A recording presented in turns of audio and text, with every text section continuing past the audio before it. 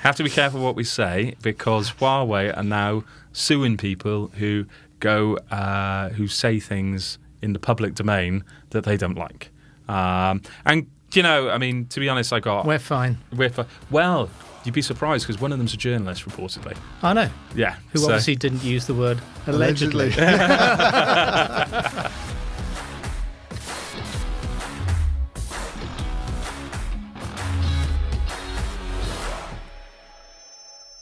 Hi, and welcome back to the Telecoms.com podcast. So this week, Scott is taking a break, so I have been joined by... Slacker. Well, Slacker, yes. But, I mean, we didn't need him to take a break to know that, did we? So, but I have been joined by the two elderly statesmen of light reading. On my right, Ray and on my left, 78 Iain Morris. years old. 23 years I old. Be counted as an elder statesman. I've only been here for 5 years. Let's not forget I'm 32, so you know. So, as a reminder, before we get going, if you are listening to this on any one of the streaming applications, you can download it on any of the podcast applications and vice versa. So nice and generic. Let's keep that out of the way.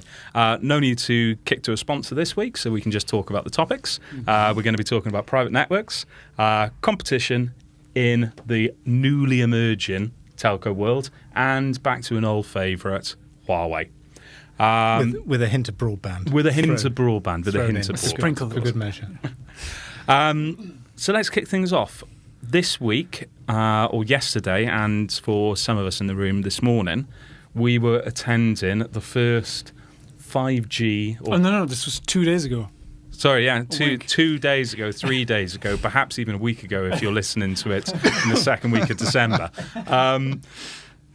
We were attending, I can't remember what the exact Private networks in a 5G world. Okay, yeah, that very... Does sound like a music track. Yeah. Well, they didn't try to break it down into an acronym, so that was quite good. So we were all there, and ultimately it was quite a good show. I think you were there this morning as well, this morning, or last week. Yeah. So what were your thoughts? Because me and Ray weren't actually there. From today's show specifically, yeah, it was a bit more on the technical side today. So I think there was a lot on the business cases yesterday, and today they were talking more about different deployment options. So both Telefonica and Orange gave presentations where they were sort of showing that kind of spectrum of... They kind of carved it up into 3 or 4 different different scenarios that you might have when you're building a private network. One where it's, pretty much everything's on the customer premises, and the core network's there and nothing really goes outside the premises at all.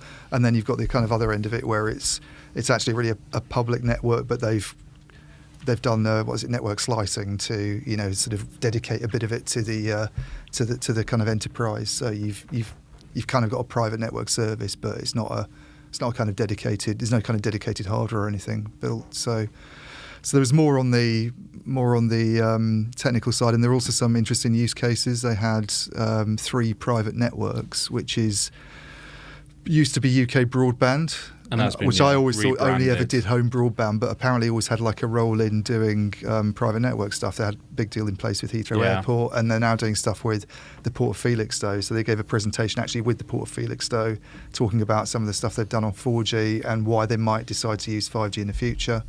And then there were a couple of sort of analyst presentations thrown in as well. But so I was only there in the morning, but the morning was pretty good. But it's just a bit more technical than yesterday. And you can go to lightreading.com to watch the interviews. Oh yeah, well done. Yeah. Well done. And some interviews. Yeah.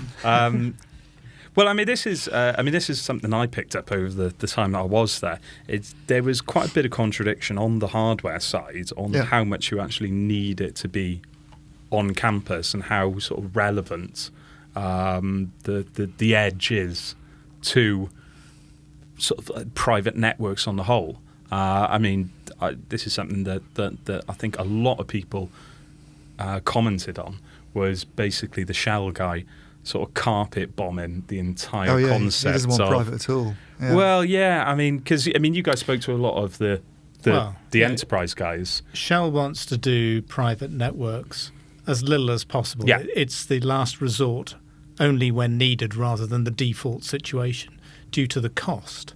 And I think that was an incredibly important point, because Shell, it's a massive company. Yep. It's the kind of company that basically everybody who's got a private wireless network technology or professional services will be rubbing their hands going, let's get a deal with Shell. They've got loads of money and they've got loads of facilities that will need private networks. Especially the location of some of these facilities. That's right. And 15 miles off the coast. He basically said you would have to break his leg to get him to sign up for a private network because he doesn't need it and they're too costly. So which I found odd in a way because the company whose name I can't pronounce, I'm going to try now, Ukivakot, I think it is. I'm sorry, which what was that? Is that the Swedish? No, they're Finnish. Yeah, they're Finnish. sorry. But they're like a private networks. They're an operator, but they specialise in providing private network services. And they have a big partnership with Nokia. I think a lot of Nokia's. I think we were just talking about this before we came in. A lot of Nokia's private network deals actually use this company as, so as like kind a of systems operator. integrator kind Yeah, of a little bit. specialist. Yeah, they only have 25 employees, but that's growing. Yeah. And they have a lot of deals in place now. And he almost said on his list of things that you must have, that you have to have a core network at the customer's premise and customer premises. To follow their model, but I think, you said there was a lot of divergence of views, and that's because there's an awful lot of different models in private wireless networks that will suit different kind of companies. I mean, we heard a lot of people yesterday say, including the Shell guy, saying, Wi-Fi, forget it. Yeah, not good enough. Points. I'm not using it. But for other people, Wi-Fi could be more than 50% of the in terms of technology and reach and providing data connectivity. That would be all that they need. So there's Wi-Fi a got a lot bad of rap today as well, actually. Right. Yeah. So there's a lot of variables. Edge got a bit of a beating yesterday as well. Yes, Edge is the case for edge computing rollout and usage is still to be proven. The theory is there. But boy, oh boy, it's a bit of a tough sell. But one of the cases for having the equipment that you're, having a core network actually built at the facility is to do with latency, as I understand it, and that's harder to do when you're taking a slice. And that might be an opportunity for edge, for edge computing, I guess, if there's a mini data center that's near enough to the facility where the latency difference isn't that big. But my issue with latency is, and I'm coming round to sort of Dean Bubley's, I think it is, view on this, in that. No way. Yeah, I know. We usually disagree, but I'm coming round here. Is that there aren't that many latency use cases out there. Yeah. I don't think it's going to be a massive a silver. I think it's being overhyped again. I mean, this is one of the questions I've got written down in front of me here. How much of these private networks, how much of latency, how much is having a mini core on site, the extra bandwidth that you need through private networks. I mean, how much is that being overhyped by the telcos, and how much of it is market reality from the enterprise? Well, this is what we'll find out as more enterprises. There's a limited number of enterprises that have private wireless networks now, but that number will grow as it becomes easier for them to deploy, easier and cheaper for them to deploy them, and it makes sense. Currently, it's pretty limited. You need to have a lot of know-how and money to be able to do it currently, but that's going to change. Especially, there was an interesting session yesterday, a conversation with a guy from BT. Talking, and the BT guy was saying there's a real opportunity to use disaggregated cloud-based network elements to offer private networks in a much simpler and cheaper way than is currently possible with physical networks on site that need to be managed in a traditional way. So there's going to be lots of variables over the next couple of years. tip-tight stuff, as you mean? Yeah. That's what these. I wish I didn't have such a confusing name. It means old boys network in English. So I remember. But he was saying that as well. That the kind of stuff that you see people like Ethernet doing, for instance, is kind of helping the use cases. I see. The thing is, I fully understand what they're doing, but I think it's still a very, very niche business model what they've got. I mean, they made it sound a lot more mainstream, and I don't buy Who are you into talking about now? the The guys. Finnish guys. Let's just call them the Finnish The company. Finnish Finnish guys. company. That's not That isn't Nokia. I mean, I don't buy into this. Everyone needs a mini data center on site. I think that is massive marketing push from the Finnish guys. Well, they're not saying that you need a core. They Core, won't necessarily. No, sorry, Yeah, cool. Yeah. mini core. Right. I Yeah. definitely do not buy into that whatsoever. So you're not buying one. I'm not buying one. Right. I'm going to advise Lord Stephen, don't do it. But it sounds like from what Shell's saying that you basically want your... I mean, the guy from Shell was quite pragmatic about it. He basically Very. wants his services run in an efficient way, I wish and he he was a wants low British cost, politician. and he wants to get these benefits. And this whole public-private thing to him's a bit nonsensical because you obviously go for the low-cost option. And my sense is that where people might want to go for a private network and build a core on the facility and kind of keep everything away from the public network is not to do with things like latency or particular things. It's more to do with security, I suspect. It's things like Security will be- military installations. Security will be a big thing. But then someone said this morning, I think it was the Telefonica guy, and I've only read this from a report online as opposed to actually being there. The Telefonica guy turned around and said, well, people actually want to keep data on sites, even though their on-premise equipment and sort of like IT infrastructure isn't anywhere near as secure as our data center. So that sort of like contradicts with that statement of security will be better when you have a private network. Yeah, he might But be it comes right. as a but bit of it would come as part of a larger network security review, though. You just don't go, here's a server that is my core, I'm now secure. Yeah. Anybody who does that deserves to be ransacked. I mean, digitally. The one thing that really caught my attention about that Shell chap yesterday is that, and again, I think this sort of undermines the idea of sort of 5G in a sense, is that he said he was, 5G for private networks anyway, or sort of non-public networks, whatever you want to call it. He said they're driving towards a predictive business model. Now, everyone wants to be in a predictive situation, but you don't necessarily need the eye-watering speeds and low latency in a predictive situation, because that's just all about collecting data efficiently, which can be done through low download speeds, and then all the work that you do in public cloud. So you don't necessarily, like he said, you don't need an edge setup to do that. So it's sort of predictive, not reactive, and high-speed real-time reaction, which for me, I can imagine there'll be a lot of businesses that are actually fit that mold. So they're more a bigger win for the cloud companies as opposed to what the telcos are after. But this is why it's a really hot topic, because everything is up for grabs. Yep. There isn't a single preferred option. There are hardly any standards. There's loads of spectrum that can be used, loads of technologies. Everything's all over the place, and loads of people are disagreeing. This is why there was a whole event about it, and why lots of people were there, and why lots of people were asking questions. I mean, that leads us on to the next topic quite interestingly. Funny that. It's a segue. Competition. So we'll start off in private networks, because I had a chat with Gabe yesterday. Gabriel Brown? Yep. Of Heavy Reading. Of Heavy Reading. And he put a lot more of an optimistic spin on the situation than I did, which is unlike Gabe. Or more like you. Well, yeah. He was talking about the SIs as complementary partners. Now, here's the big question. Are the SIs complementary partners for the telcos, or are they stealing the profits that telcos actually want to get?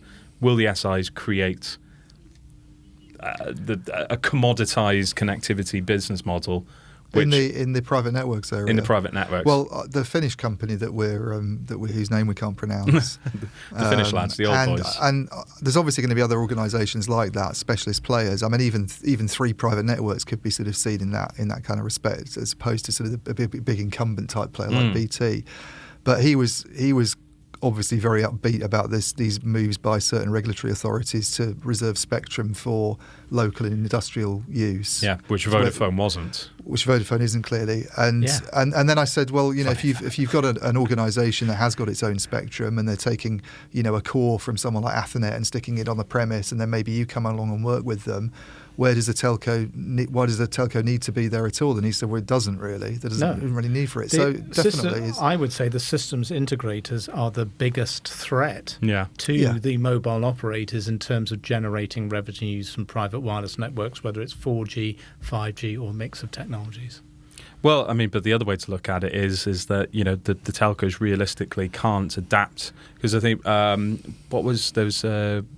Ross Singleton used a phrase which I quite liked. It was integrating the control rooms of each of the individual sort of segments, verticals into private networks. Now, the nuances of healthcare is obviously going to be very different to the nuances of Heathrow Airport. Mm-hmm. Yeah. So technically, this is what I think Gabe's point was, the SIs are a partner because you can have a niche player who specialises in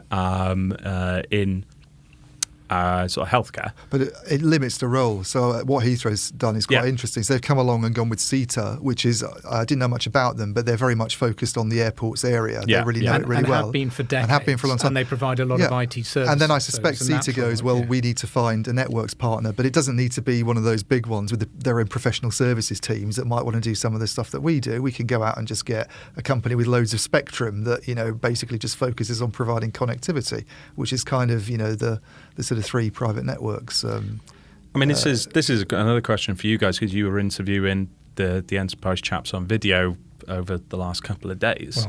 Well, one enterprise. Was it only the one? Was it? Oh, right, okay. Well, maybe not then. But I mean, it's a question I tried to pose into the Bosch guy, and he wasn't exactly straightforward with his answer. But how many connectivity engineers have they got in enterprise now? I mean, is there going to be any points in hiring an SI or a telco in 10 years' time, because you'll have an in-house connectivity team that can manage the platform? I think as per usual, there will be some who will go, we need our own team, and then they'll hire their own team. Then they'll find it expensive, cumbersome, and then they will outsource that team, and it'll be swings and roundabouts. I mean, the one enterprise person I did speak to yesterday, who is the guy who's leading the strategy and development at Air France.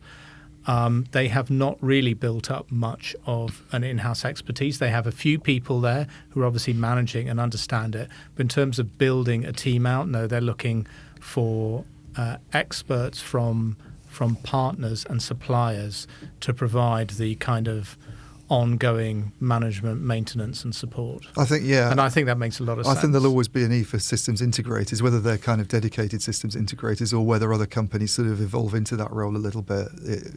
I mean, Orange is an interesting one because they're trying to become a systems integrator to some extent. Their whole approach to this private networks area is to not try and do everything, but to try and focus on a few industries where they feel they have some competency and they can actually sectors they know well, where they can come along and actually do the systems integration role. And they don't sound like they have the clearest idea yet of which sectors those will be, but that's kind of their approach to it. And BT sort of hinted at that a bit as well, I think, on stage yesterday. We will take a more sort of active role on the systems integration side in some areas, but elsewhere we just need to be a connectivity player and we go and partner with, CETA or whoever it might be. And, I mean, the daftest thing about that, when you bring up BT, is that they sold off. They had a vehicle leasing business, which they sold off a couple of maybe about 2 or 3 months ago. So that for me, when you look at transportation and logistics, that for me was a good step forward through the door, because you would have experts on both sides of the equation there, and they could create a customized solution for, and transport and logistics is one of the big use cases when you're looking at sort of any form of connectivity solution moving forward. I mean, it slightly contradicts that point there, but I get where you're coming from. I mean, the interesting other one, I think, which I know you know a lot more about, Ian, is Nokia. Nokia. Yeah. I mean, have you spoken to any of the telcos about their private networks business? I mean, they're effectively competing against their telco customers. That's the fear, because they have a very different go-to-market from when it comes to sort of targeting enterprises at the moment. They have quite a different go-to-market strategy from Ericsson, which basically always tries to do it through an operator, because they've stood up at Mobile World Congress, actually. I think Ecom said we don't want to compete against our customers, and that's the reason why we always have to have an operator involved. Whereas Nokia is prepared to go and just serve enterprises directly, and as I understand it, has deals where there isn't an operator involved. They will come along. And I think they also say that they don't want to compete with their telco. They customers. do, but they are doing it in some cases. So I mean, especially in places like Germany or the UK, where you've got if the spectrum situation works, then there's an opening there for you to then just go and do that and cut the operator out. So, and I mean, the Finnish player whose name we can't pronounce is an operator, I guess. Ukko Verkot. Ukko Verkot. That's what I was looking up. Isn't that hard? His name is Mikko. Yeah, Mikko's the CEO. But Ukko Verkot is an operator, but it's a very different kind of operator. It's a tiny company. It's not what we think of as a traditional telco. And they're clearly involved with Nokia on projects where there isn't another big telco doing anything. And they're going and serving, organisations in some cases where they do have the spectrum they need themselves, and they're building private networks, and the telcos are sort of losing out. So I think that Nokia is quite a big threat potentially to operators in this area. Yeah, and it's an awkward one for Nokia because it's a difficult position they've put themselves in a way. Yeah, I mean, they'll let the politicians at Nokia tell the telcos that we're not competing with you, and then they'll tell the salespeople to sell the bejesus out of it. Well, especially at the moment when they need cash from anywhere they can get their hands on. Who doesn't? Yeah, exactly. And that business is growing like 30% year-on-year growth last quarter. Really? Nokia Enterprise. I mean, it's small compared to the rest of it. It's small, hence the large percentage. I mean, it's not that small. It's not like it's not one. Not. It's not one. One, and now it's not €1. 1.3. Yeah. On the spectrum side of things, because obviously this is a point that was brought up during the panel session yesterday. I mean, how much sympathy have you guys got for the likes of? Because I mean, the Vodafone. Well, I can't remember what his. I haven't got any sympathy for them. His name was McDougall, I think his name Robert was. McDougall. I haven't got any sympathy for anyone. So I haven't got any sympathy for Vodafone on the spectrum front, really. I mean, I thought that one of the attendees actually. I'm not sure what his role was, but he made the point that they've often fallen short on providing decent quality services, and we've had these discussions for years about trying to get not spots filled and trying to get proper KPIs from a consumer perspective. I mean, I come from the countryside, and I think a lot of the time these sort of not spots are vastly over exaggerated. When was the last time you went through Clapham Junction? I mean, calling that a rural community as no, but that's a not spot just outside Clapham Junction. You can't even get a 2G signal right outside the busiest train station in the UK. I live in Clapham Junction, and I can and that's I can vouch all for down that. to the mobile network operators not building their networks properly.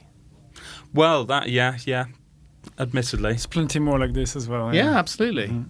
Yeah. But I mean, it's not just the countryside. It's not just the countryside. I think it is. It's not over exaggerated, but I mean the deathly toll that some of these farmers are creeping out. That is perhaps a bit over exaggerated. But yeah, okay. So zero sympathy for. I don't have much. I mean, there's an argument that if you don't give big spectrum bands to the operators, then it will limit what they can do with 5G services. And who knows? Maybe we're looking back in 10 years at what countries that gave everything to the operators are doing, and we'll say it's a big mistake. But I think it's good to get fresh competition into the market to try alternative options, especially for a sector that is generally regarded as being. In a lot of ways, very slow moving. It's not been the most lethargic. I think lethargic is a good word for it. Yeah. I wasn't saying moribund, but that's maybe a bit over the top. All right. Someone's been reading Dickens, hasn't they? Thesaurus. So, I mean, on the again, so this is going back a little bit. I mean, I don't actually know anything about this spectrum band, but 3.8 to 4.2. So let's talk about it. Yeah, let's talk about it. 3.8, 4.2, was that something that the UK telcos wanted to get their hands on? And Ofcom just turned around and went, no, we're reserving it for this shared spectrum sort of initiative. I don't know what level of interest the telcos had in it, because it's not, as far as I'm aware, there is equipment available, but it's not been something that the equipment industry's been hugely focused on. I think it's Japan, they have some equipment that runs on this, according to Gabriel Brown from Heavy Reading.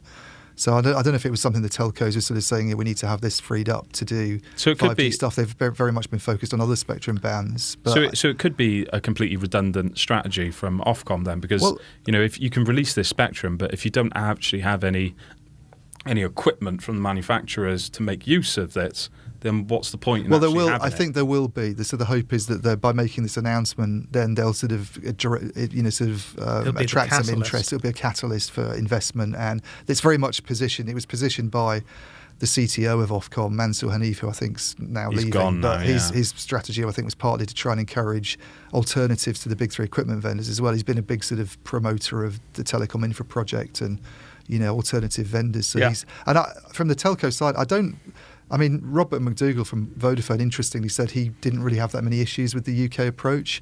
I think the problem with Germany is that they kind of took away spectrum that had been identified for 5G services, that mid-band spectrum. Whereas because this is another range, it's never really been something that telcos also in have Germany, been I looking think at. there is a case to argue that the approach that Germany has taken did ramp up the amount of money that was spent in that auction. Yeah, whereas this is quite different. Especially with outrageous. this, what is it, one on, what was it called, 1M or whatever. What's the one Drilch or whatever it's it is? Drillich, yeah. It's got various brands. We're doing well with because names it keeps today. getting taken over and changing its brand name. The fourth operator in Germany. Yeah, they're just getting a bit pissy, full stop, though, aren't they? Yeah, I don't know what they're up to at the moment, actually. I don't know what the status is of their plans to build a network, but I know all the operators in Germany now have been sort of forced into doing, like as has happened in other markets in Europe, they've been forced into sort of looking at network sharing deals more, and that's come out partly from the Spectrum auction, where I think they spent 2 billion more than anybody expected them to. Because, and the operators came out and they specifically blamed this decision for driving up the spectrum fees. So there was like 100 megahertz that was just taken out that they thought was going to be included in the auction, and then that's set aside because Bosch and Siemens made a fuss about wanting to have it. So that's very different from what's gone on in the UK. That's something for you to keep your eye on for your spectrum tables. Yeah, well, we know you like your spreadsheets. So. Canada. So there's that's a nightmare. That's all regionalised. Yeah, their mid-band spectrum's coming out next year, and they want to give some away, or reports. Yeah, then you have to work up some away to population levels in regions to do a spectrum database, and then it gets really difficult. So but I'll keep an eye on it. Keep an eye on Canada. We'll look out for the story. Okay. Seeing as we're on that side of the Atlantic, we can shimmy across the border and go down to Washington. So Huawei, we haven't spoken to them about them for a couple of weeks. Really? Wow. It's so long. Yeah, it's been like 3 weeks. That's a long time. Did we? Let's make up for it. So they are in a bit of bother. Oh, really? Who? Actually, everything is the fine. Chinese company Huawei. Well, the interesting thing about Chinese companies, and this is so just looking at their quarterly results now, is Xiaomi. Now I know that this is a side topic, sidebar. We'll come back. Don't worry. But ZTE and Huawei are getting obviously heavy amounts of criticism, and Xiaomi's just turning around and just going, yeah, we'll trundle on through. We'll carry on going. We'll carry on expanding our smartphone presence in Western Europe and across the world. And is Oppo another one that's doing well as well, or because they seem to be more visible than they used to be? I don't know how well they're doing in the Western markets though, but Xiaomi's definitely picking up some of the Oppo's very focused on emerging markets, so they're doing really well in Africa. But yeah, I mean, Xiaomi's picking up the slack that Huawei's losing out in Western Europe. I know that, for instance. Okay. So this is while the US is massively focused on ZTE and Huawei. Another little Chinese company is coming along and saying, "Yeah, we'll take some of that biz. Don't worry about it." But the interesting thing about them, they use Android, do they, on the devices? Is Yeah. it Android-based Yeah. phones? Okay. Oppo have actually just launched. I think it's called Color OS. They've just launched their own operating system. So that's if they're focused on the African markets, that'll be they're a very self-contained company. yeah, interesting. Only saw that, only just remembered it. There we go. So on to Huawei. So first of all, we're going to start in France. Oh. We're going to start in France. There's two stories, one of which I think relates quite relates to us quite a lot as well, actually, is the defamation cases. Yeah. Have to be careful what we say. Have to be careful what we say, because Huawei are now suing people who say things in the public domain that they don't like. And, to be honest, We're fine. Well, you'd be surprised, because one of them's a journalist, reportedly. I know. Yeah. Who obviously didn't use the word allegedly.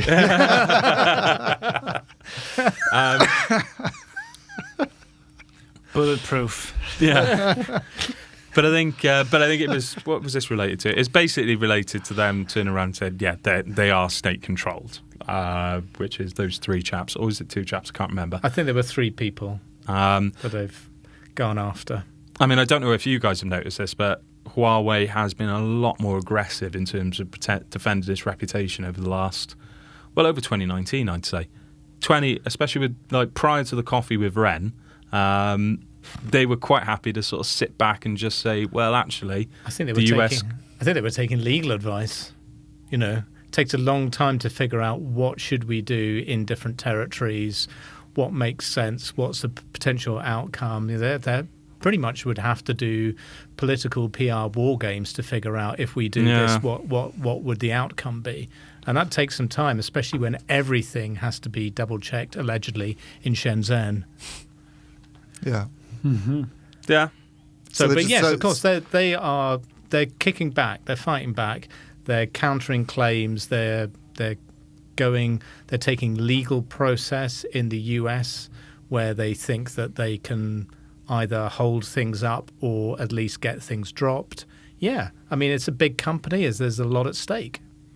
I mean, how much of a presence do they have in? Well, actually, no. You're more focused on Italy and Germany. How much of a presence do they have in France? Well, they don't. As far as I'm aware, they don't have any presence in Orange's network. They do in Spain, but not. They do in Spain, but Orange. Fiber. Orange in France. But it'll be all about. I would imagine that they're doing this in France because of probably due to French defamation rules. Mm. Yeah, they're probably not protected as much under French law. This isn't about France. This is about where can they make a public statement by taking legal action against people who call them out. Because people outside, we're talking about it, we're not in France. People outside of France will go, okay, I best not say that in case they sue me as well, even though they wouldn't be subject to French law. So I think they've chosen a country where they know they can do that and rattle some sabres, basically. Well, the other thing to consider about France as well is that they are potentially onto a win, potentially onto a lose there as well, because of the recent announcements where they said Huawei can bid for communications infrastructure projects, but the French government has the right to veto the participation of any company which it's deemed as a threat to national security. Right. And it's one of those really tenuous situations where it's not actually put in sort of explicit language what Poland. A national threat is. So basically anything could happen. Could be, yeah.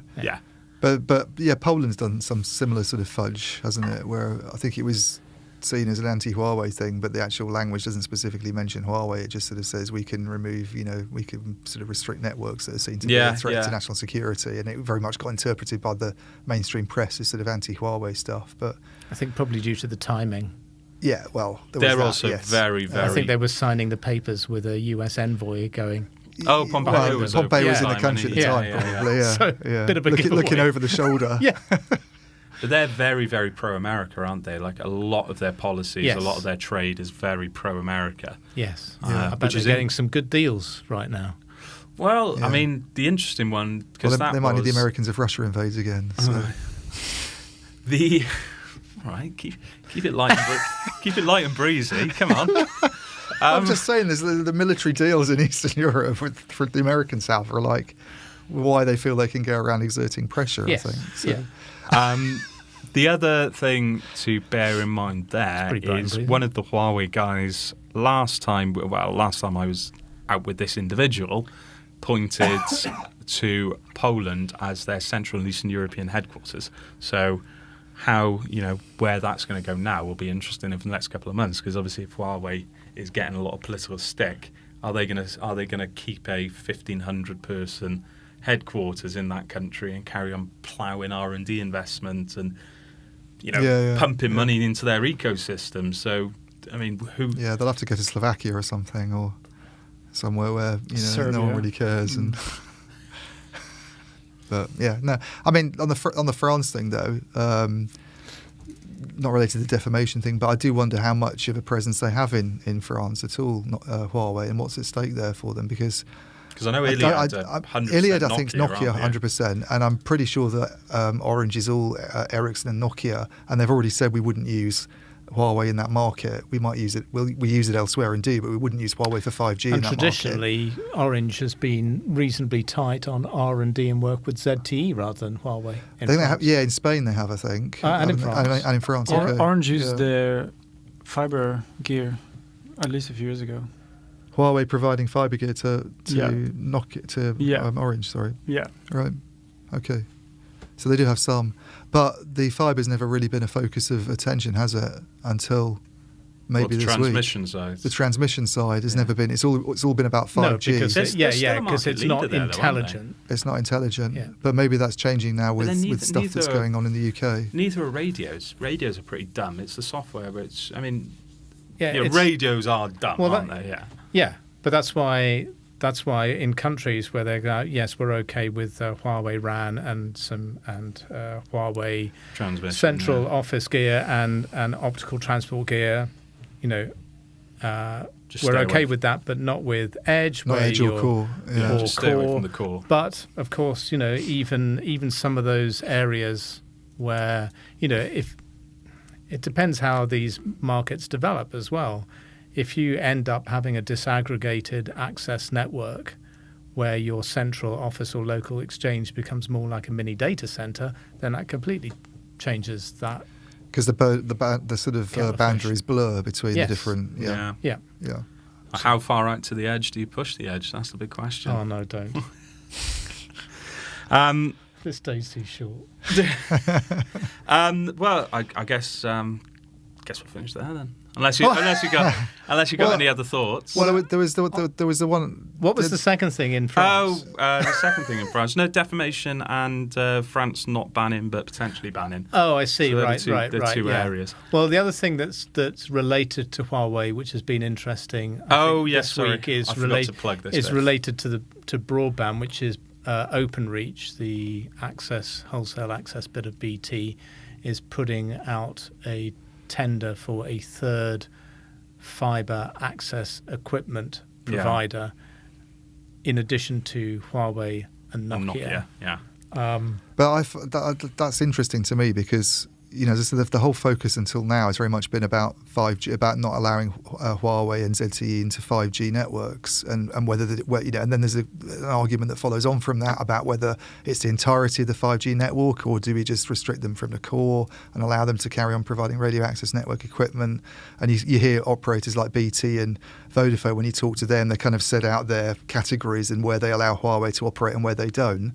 Now all of a sudden we've got a fixed access network provider announcing plans because it's worried that this supply chain review is going to make some kind of announcement about Huawei's activities in the broadband network. It seems to shift the kind of discussion entirely. I think it is the access side of things has always been a factor.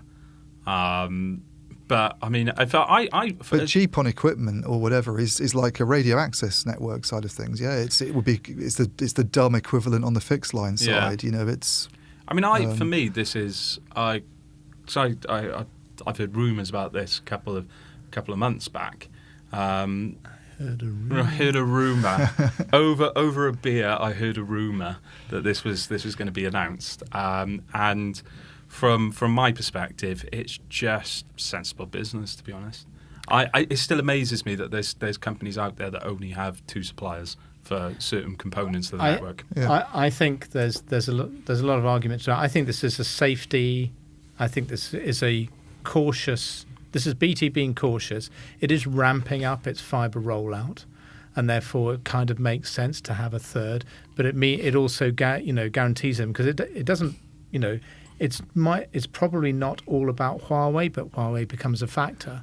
If they're ramping up the investments, they've got 2 companies. If something goes wrong in the supply chain or technology platform or anything in either of those 2, they're left with one, and you don't want to be left with one. No. Or one strong one and one weak one. So having a third, which allows them to actually then put the feelers out for some of these, potentially for some of these new disaggregated fixed access architectures as well, and allows them to explore that, because they've been doing tests around that as well out at Martlesham in their R&D plant.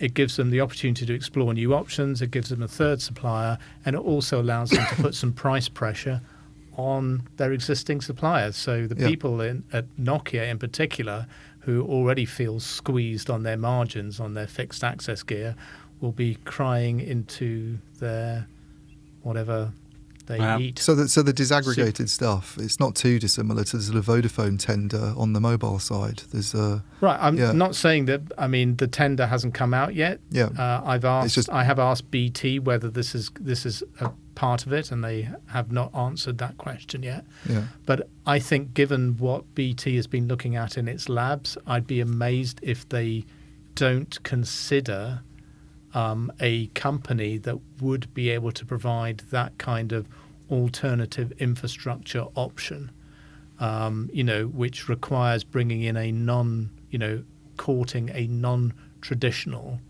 fixed access infrastructure vendor. So it'll be interesting to see who they choose. At the end, it'll come down to money. Let's face it. Who do you think? Adtran will be thinking it stands a great chance, but Yeah, they seem like the obvious other choice, don't they? I suppose. Yeah, but there's a number of options out there. Yeah. Adtran, Calix, Dasan Zone, unlikely. ZTE, incredibly unlikely. Fibre Home, incredibly unlikely. Yeah. Altice Labs, don't count them out. They're kind of they're not usually shouted about as an option, but they have developed access infrastructure that works very well in Portugal, and probably is installed in France, although I don't know that, in the SFR network. Why could that not be in the BT network? So anyway, Huawei is going to feel the squeeze, as is Nokia, as a result of this third supplier. Yeah, sure. And as we mentioned earlier, Nokia probably doesn't need that at this moment in time. No. But it's an incentive for everybody to crack on and focus even more. So Nokia are pretty good at that stuff. At the access infrastructure stuff. Yeah. Good. Okay. Well, we'll call it a day there then. Okay. We've got unless you've got anything to add. Don't think so. Iain? No. Yeah. Not unless there's any whiskey to drink this time round. No. No whiskey. Has he mentioned Apple today? No, he hasn't. No, he's kept quiet about it. How's your phone? It's all right. Just all right. It's the best. That's a 3 out of 10 review. In British term, that's a 7, actually. All right. Well, on that note, thanks for joining us. Thanks, guys. And we'll see you again next week.